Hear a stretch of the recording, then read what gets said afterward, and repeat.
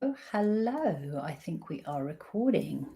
So today, I want to welcome you to Coaching Corner with me, Tracy Forsyth.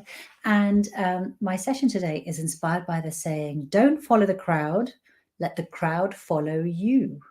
So this is something I really believe in, just you being you, not worrying about what everybody else is doing, because they don't all have the answer. Well, they have answers, but they might not be the answer, nor do they all have it worked out. So, remember when people thought the earth was flat? Well, of course, you don't actually remember that because it was many, many years ago. But you know what I'm saying? People used to think the earth was flat. And when I think it was the ancient Greeks proposed the earth was actually a sphere, they were laughed at, scoffed at. Yeah, and as a younger person, I think I used to look up at people who are older than me, looking up at leadership, looking up at teachers, and think they had it all worked out. People above me had more experience, so were bound to make the right decisions and know the answer.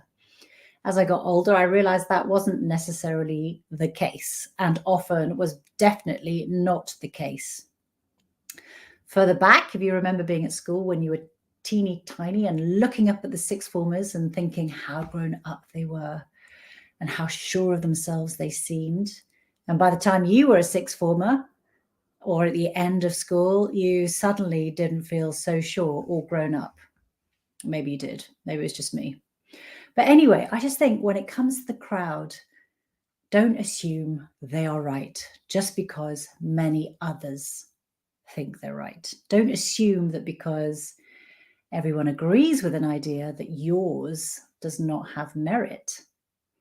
Work out what you think, what you feel, what you want to do, and have the courage of your convictions to go your own way. Whether that means what you want for your life or how you want to live it, whichever way, don't follow the crowd without conscious choice. You do you. And you never know, the crowd may end up following you. As always, my call to arms is to be fearlessly you. And even though becoming fearlessly you takes a bit of work, I think it's really, really worth it. See you next week.